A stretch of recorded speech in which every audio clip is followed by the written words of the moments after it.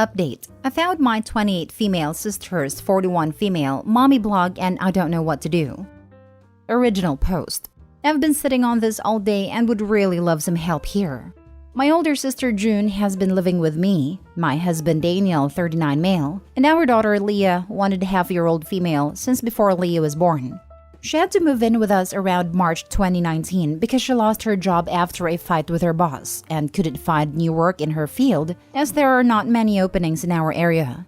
She'd been living with her long-term boyfriend before that, but they'd gotten into an argument of some sort. I don't know the details, and he ended up kicking her out. She'd had nowhere to go since we didn't have any family nearby. So I talked with Danielle and asked if she could stay with us until she got back on her feet. She could help me around the house since I was pregnant at the time. My husband works long hours and didn't like the idea of me being home alone, especially while pregnant, so agreed saying it was a good idea. June had been very thankful for the place to stay and was a great help around the house. And an even bigger help after Leah was born. I still did/do the bulk of the childcare with Danielle right there to help when he's home. But it's nice to have someone else at home during the day to share the workload with. And Leah loves her Aunt Junie. The problem came today when I was looking up matching mommy and baby princess dresses, since I was hoping for Leah and I to be matching queen and princess for Halloween this year.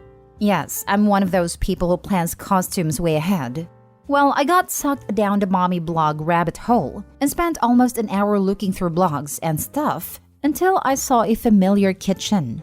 It was familiar because it was my kitchen.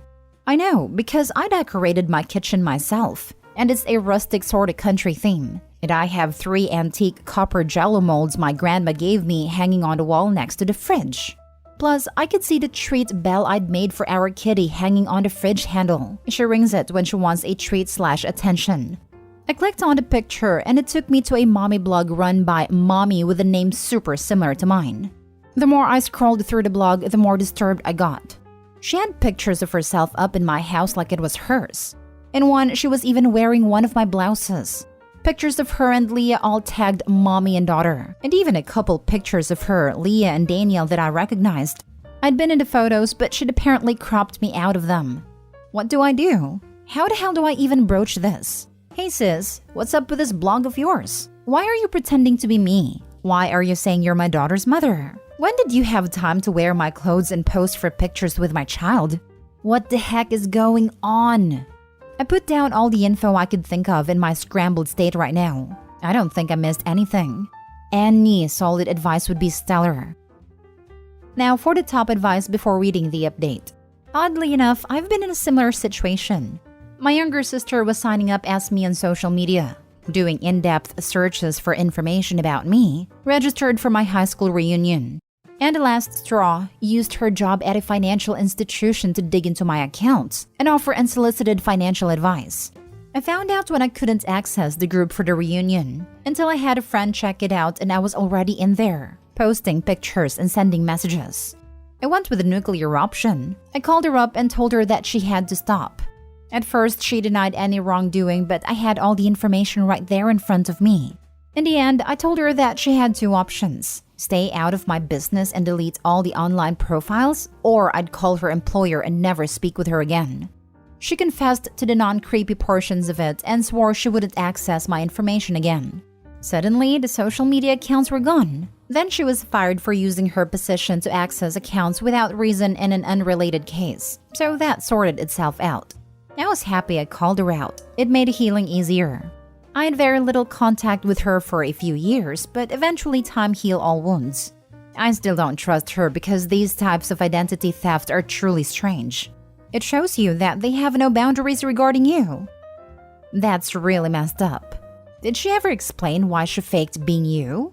I can't wrap my head around wanting to lie about being someone you know and are close with. She must have some mental issues going on, depression, or even some kind of psychotic episode. I don't think that should affect your reaction though, except maybe to suggest she sees a therapist. Whatever is going on for her is hurting you and you need to protect yourself. Your husband and your baby is a priority. Maybe if you have other family, you can ask them to support her in some way. Living in your house for free whilst lying to your face? That's enough to warrant telling her to stay elsewhere minimum. Photos of your child online without your permission? This is risky at best and seriously dangerous at worst. Pretending to be married to your husband and to be your baby's mother online? She's lying to you, your husband, your child, and all her followers. And potentially monetizing/building a career using your life and resources. Yeah, I think you need to tell your husband and ask her to leave together. She's putting your child at risk, if nothing else. Reading all of this is honestly making me feel sick with worry. Plus, those are just the concrete, non-emotional things. I can only imagine how violating it must feel. Someone spoofed my Instagram earlier this year. They grabbed several of my photos and tried to add people I knew. It was honestly unsettling, and I felt weird and kind of violated for a while. This is so much worse. Her home? Her child? Her identity? They make Lifetime movies about this stuff. Speak to your husband before you speak to her. You should put up a united front, and you want this to be a consistent message. She's massively crossed so many lines. It's time for Aunt Junie to move out, and this blog to be deleted. This really sounds like a horror film. You're not the only person telling me this whole situation screams horror movie, and that's freaking me out a little, not gonna lie. Now for the update. Well, the last almost a year has been a lot to process and work through, but a bunch of you nice readers have been begging me for an update, though I didn't want to do one until things calm down. But now things have settled enough for me to do so, so here I am. This is a super long one, so please bear with me. To start, June is no longer living with me and my family. First off, I sat Daniel down the next day and told him everything. I showed him the blog, and he was incredibly disturbed by it and upset too. He didn't like how many photos of Leah were up online without our knowledge. We don't post many pictures of her, and the ones we do are on our Facebook, which are private. He was worried if June was mentally okay, because this was nuts to him, and I said I wasn't sure, but I was worried about her too. We agreed we needed to talk to her ASAP. So he took Leah to his parents' house to stay the night before coming back home.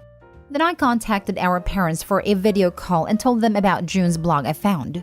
I felt like they needed to know what was going on. Our mom was shocked, but our dad didn't believe it, so I sent them a link to the blog.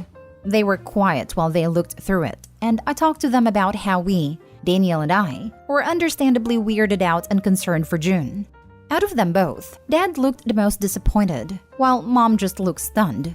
I told them June couldn't stay here anymore because of this, but we didn't want her out on the street, and they said she could come stay with them. They wanted to be there on call while we confronted June, but I said all of us together would probably make her feel like she was being attacked. So I said we'd call them afterwards, but do the confronting alone. But they'd probably have to help her move her stuff afterwards. Then after hanging up with them, I made sure I had my laptop there half shut with the blog open in case she tried to deny it.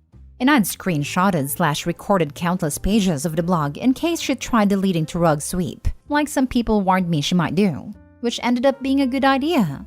When June sat down, she asked what was wrong, and I asked her if she had anything she'd like to come clean to us about. She's still my big sister, and I love her, so I wanted to give her a chance to own up to this on her own. But sadly, she said no, so I told her I found her mommy blog. She was silent before saying she didn't know what I was talking about. So I opened my laptop and showed her the blog. She still tried to deny it and said it wasn't okay that I was blaming her for this, when we didn't even know if it was her doing it. She said she'd never even seen this thing before, the blog, nor ever been to the site it was on. Daniel told her to get her laptop and they'd start typing in the blog URL, and if no shortcuts appear, then she was telling the truth that she'd never been on the site. But if one did come up, well, she was lying. She said we were being ridiculous, but I insisted she get her laptop and just prove us wrong. If we were wrong, then we'd apologize. She hemmed and hawed for a bit before reluctantly getting her laptop. I noticed she was gripping it really tight, and after she opened it and signed in, I guess she realized she was backed into a corner, so she just broke down into loud sobs. She started babbling out apologies, and I asked her why she did this. Why even fake being me and starting a blog? I asked if it was for money or something, and she said no. So I asked her to please explain to me why this was a thing she felt the need to do. She explained that she did it to feel happy, and that she started it a little while after moving in with us. She said it wasn't fair that I had it all, while she was old and unwanted. I told her she wasn't old or unwanted. We love her, and so do our parents, and so does the rest of her friends and family. She got angry and said it wasn't the same. And there was no way for me to understand what she's going through because I was everyone's favorite. I didn't know what she was talking about and said I wasn't everyone's favorite. And that's when she exploded and said I was a blind a-hole if I didn't see how everyone in our lives always prefers me over her. She claimed everyone loved me more and I always got what I wanted no matter what. And I'll admit, hearing that set me off. I told her that was actually not true.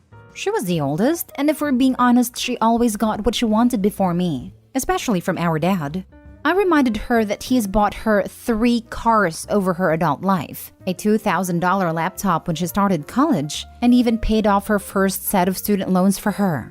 Meanwhile, he never did any of that for me. I didn't get to attend college because I didn't have the money, and didn't want loans because I wasn't sure I'd be able to pay them back on time.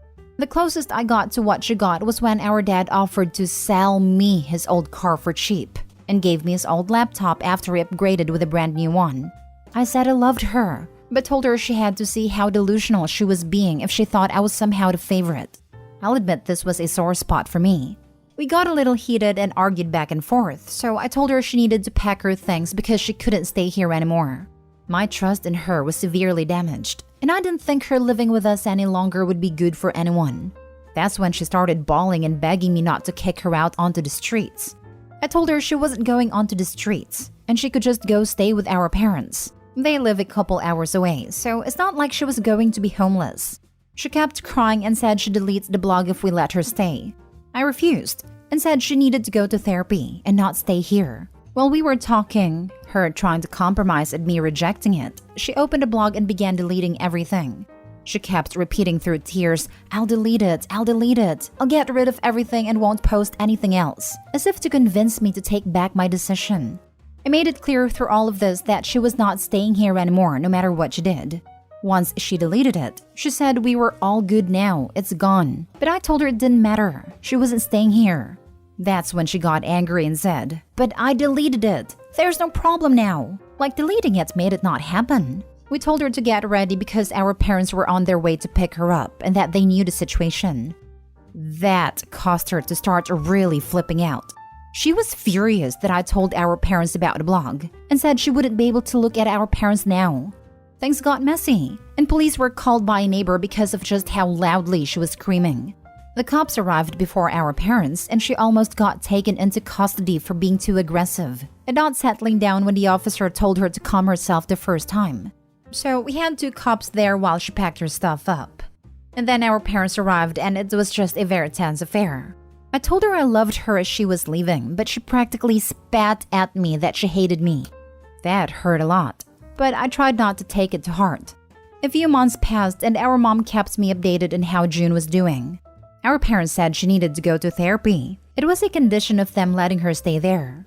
She started going and seems to be doing a lot better, but she still won't talk to me. Mom says she looks sad a lot, but she also sounds remorseful when they talk about me/my family. So I think the therapy is helping her come to terms with how not okay what she did was. And a couple months ago, she finally got in contact with me, called and apologized for what she did, how she'd acted, and for saying she hated me. Talking with her felt nice. She sounded sad but happy too. Much happier than she had when living with my family. Those who said she made a blog to cope were right. It turns out June was in a really not good place mentally after the breakup and being let go from her job, way more than she'd been letting on to anyone. She also told me she'd been on medication for anxiety and depression before/during when she dated her ex, but she'd shamed her for it. And eventually he convinced her she didn't need them with him in her life, which was wrong. Turns out the argument that ended their relationship was him being mad at her for being such a downer and making him sad. Yeah, so after seeing her therapist, she was put back on them and is doing much better, she says. So things didn't end all happy sunshine, but they didn't end as scarily as some people said they might, which is more than good in my book. Thank you everyone for all your advice. It really helped. What's sad is that, with so many mommy and daughter blogs out there, an auntie and niece blog would be a nice spin. And who knows, would have gotten pretty big, with your consent first, of course. It wouldn't have worked in the slightest. She didn't want to be part of Opie's life. She wanted to have what Opie had. It was the lack of love and family and a home with all the connotations included that drove her to this, not lack of something she can orbit. Wow, what a roller coaster. May I congratulate you, Opie? Despite having no prior experience in such circumstances, you handled your situation expertly. You were direct with her, and you handled the subject in such a way that she wouldn't feel attacked or threatened. So important. You involved everyone who needed to be involved before engaging her and covered your bases. Great job. I feel so sad for your sister, but definitely glad to hear she's finally getting the help that she needs. It sounds like you both are in a better place. Bittersweet though it may be for the moment. Thank you for the update. It's always so tragic to see how people get because they are forced or bullied into not taking their medications, since most times it causes them to snap. While June definitely had things to work on about herself, especially with acting as though Leah was her daughter and how she resented Opie, the ex was an a-hole for convincing her to go off her meds and then blame her for her brain chemistry. X has the same vibes as the girls who take their roommates' medicines and either throw them away because it's better for their health or out of spite. There are 2 stories that have roommates destroying meds, and the last one is about a roommate doing it to spite that OP, although I cannot remember why. It's concerning the number of people who think mental illness can just be wished away. I've read the stories you're referring to, or similar ones, and it's terrifying to think that people can be so willfully ignorant of others' pain, and so assured that they know best. Plus, suddenly stopping some antidepressants can really mess you up. Even tapering down can be unpleasant. June was 13 when Opie was born, so this "you were the favorite" mentality may come from the baby's receiving baby attention and I'm not, so baby's favorite. I'm also now wondering how much her depression played into it. Like June got a car from her dad. I wonder if he just didn't want to see her sad so thought it might help? But June's depression doesn't let her see those things.